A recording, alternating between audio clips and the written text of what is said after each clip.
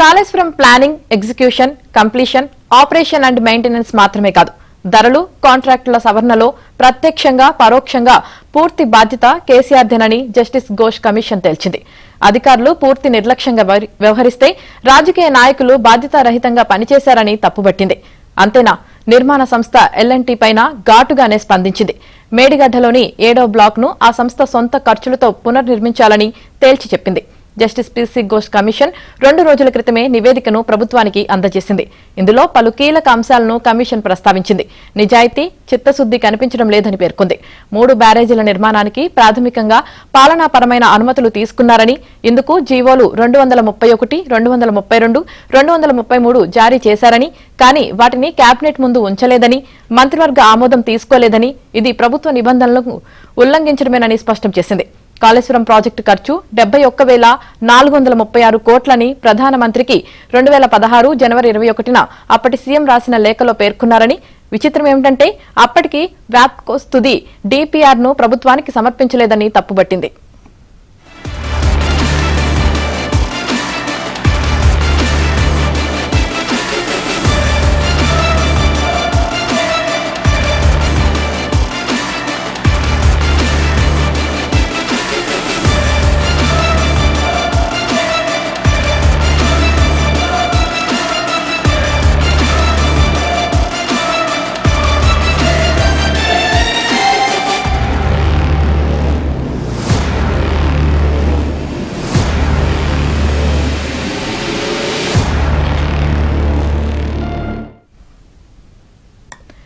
Kaleshwaram planning, execution, completion, operation and maintenance మాత్రమే కాదు, ధరలు, కాంట్రాక్టుల సవరణలో ప్రత్యక్షంగా పరోక్షంగా పూర్తి బాధ్యత కేసీఆర్దేనని జస్టిస్ ఘోష్ కమిషన్ తేల్చింది. ఇక దీనికి సంబంధించి పూర్తి సమాచారం తెలంగాణ బ్యూరో ఇన్ఛార్జ్ నవీన్ అందిస్తారు. నవీన్.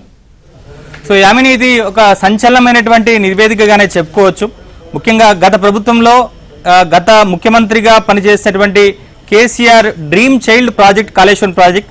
సో తెలంగాణలో ముఖ్యంగా సాగునీరు, తాగునీరు అందించాలనేటువంటి లక్ష్యంతో లక్షల కోట్ల వ్యయంతో ఈ ప్రాజెక్టును గత ప్రభుత్వం చేపట్టింది. అయితే 2018 ఎన్నికల ముందు ఈ ప్రాజెక్టు బీఆర్ఎస్ పార్టీకి ఒక ఎన్నికల విషయంలో ఒకంత అడ్వాంటేజ్ గా ఈ ప్రాజెక్టు మారింది. గత ప్రభుత్వం రెండోసారి అధికారంలోకి రావడానికి కాళేశ్వరం ప్రాజెక్టు గొప్పతనాన్ని గొప్పగా చెప్పుకునేటువంటి విషయంలో బీఆర్ఎస్ సక్సెస్ అయింది. అయితే 2023 ఎన్నికల సందర్భంగా, అంటే ఎన్నికలకు ఒక 2 నెలలు ముందుగానే ఈ కాళేశ్వరం ప్రాజెక్టులోని మేడిగడ్డ పియర్లు కుంగిపోయినటువంటి ఘటన ఇటు రెండు తెలుగు రాష్ట్రాల్లో కింద సంచలనం సృష్టించింది. అంటే ఈ ప్రాజెక్టుకి అంతా కేసీఆరే అన్ని తానే వ్యవహరించి, సో కాళేశ్వరం ప్రాజెక్ట్ అనేటువంటిది ఒక దేశానికే కాదు, ఒక ప్రపంచంలోనే ఒక ల్యాండ్ మార్క్ గా ఉంటుంది అని చెప్పినటువంటి ఈ ప్రాజెక్టుకి సో పియర్లు కుంగిపోవడం అనేటువంటిది ఓవరాల్ గా ఈ ప్రాజెక్ట్ లో అసలు ఏ మేరకు నాణ్యతా ప్రమాణాలను పాటించారు, ఎంత లోపభూయిష్టంగా ఉందనేటువంటి అంశాన్ని చెప్పినట్టయింది. సో ప్రభుత్వం మారింది. సో ప్రభుత్వం మారిన తర్వాత ఈ కాళేశ్వరం ప్రాజెక్టుకి సంబంధించినటువంటి పియర్లు కుంగిపోవడం, మరోవైపు మిగతా బ్యారేజ్ కి సంబంధించినటువంటి సీపేజ్ ప్రాబ్లం వచ్చిన తర్వాత సో ఇప్పుడున్నటువంటి ప్రభుత్వం కొంత అలర్ట్ అయింది. అసలు ఎందుకు నాణ్యతా ప్రమాణాలు ఈ కాళేశ్వరం ప్రాజెక్టులో పాటించలేదు, సో ఎందుకు ఇట్లాంటి సమస్యలు వస్తున్నాయని చెప్పేసి నేషనల్ డ్యామ్ సేఫ్టీ అథారిటీకి సంబంధించినటువంటి ఒక విచారణ కూడా ఇటు కేంద్ర ప్రభుత్వం ద్వారా వేశారు. సో అది కూడా నివేదిక ఇచ్చింది. మరోవైపు ఇటు విజిలెన్స్ నివేదిక కూడా వచ్చినటువంటి నేపథ్యంలో సో ఓవరాల్ గా ఈ కాళేశ్వరం ప్రాజెక్టులో ఉన్నటువంటి పూర్తి నిర్మాణ లోపాలు కావచ్చు, లేదా నాణ్యత రాహిత్యం కావచ్చు, లేదా అధికారులు కావచ్చు, అప్పుడు పనిచేసేటువంటి ఇంజనీర్ల వైఫల్యం కావచ్చు, ఇవన్నీ కూడా ఒక్కటొక్కటిగా వెలుగు చూస్తాయి. సో దీంట్లో అనేక అక్రమాలు కూడా జరిగినట్టుగా తెలుస్తుంది. సో అవినీతి ఏ స్థాయిలో జరిగిందంటే సో కొన్ని వేల కోట్ల రూపాయలు అవినీతి జరిగినట్టు, సో ముడుపులు కూడా చేతులు మారినట్టుగా కూడా విజిలెన్స్ అధికారులు నివేదిక ప్రభుత్వానికి ఇచ్చినటువంటి పరిస్థితి. సో మొత్తం మీద ఈ అంశం మీద ప్రభుత్వం ఒకంత ఆచితూచి వ్యవహరించింది. ఎందుకంటే రొటీన్ గా ప్రభుత్వ ఏజెన్సీల ద్వారా విచారణ జరిపితే దీనికి ఒక రాజకీయ మరకలు అంటేటువంటి ప్రమాదం ఉన్నటువంటి నేపథ్యంలో ఒక రిటైర్డ్ సీజే, సో తెలంగాణకు చీఫ్ జస్టిస్ గా పనిచేసి రిటైర్ అయ్యి అలానే లోక్పాల్కు జస్టిస్ గా పనిచేసినటువంటి జస్టిస్ పినాకిని చంద్రఘోష్ ను కమిషన్ ద్వారా విచారణ జరిపింది. ఈ కమిషన్ వేశారు. సో పినాకిని చంద్రఘోష్ దాదాపుగా 15 నెలల పాటు 115 మందిని క్రాస్ ఎగ్జామిన్ చేసిన తర్వాత ప్రభుత్వానికి మొన్న జూలై 31 తారీఖున నివేదిక ఇచ్చారు. సో ఈ నివేదికకు సంబంధించి దాదాపుగా 650 పేజీల 3 వాల్యూమ్స్ లో ఉన్నటువంటి ఈ నివేదిక సో ప్రభుత్వానికి చేరింది. సో ప్రభుత్వానికి సంబంధించి ఇదివరకే ముఖ్యమంత్రి రేవంత్ రెడ్డి అలానే ఇరిగేషన్ మంత్రి ఉత్తమ్ కుమార్ రెడ్డితో పాటుగా మిగిలిన మంత్రులు కూడా దీని మీద చర్చ జరిపారు, అధికారులు కూడా చర్చలు జరిపారు.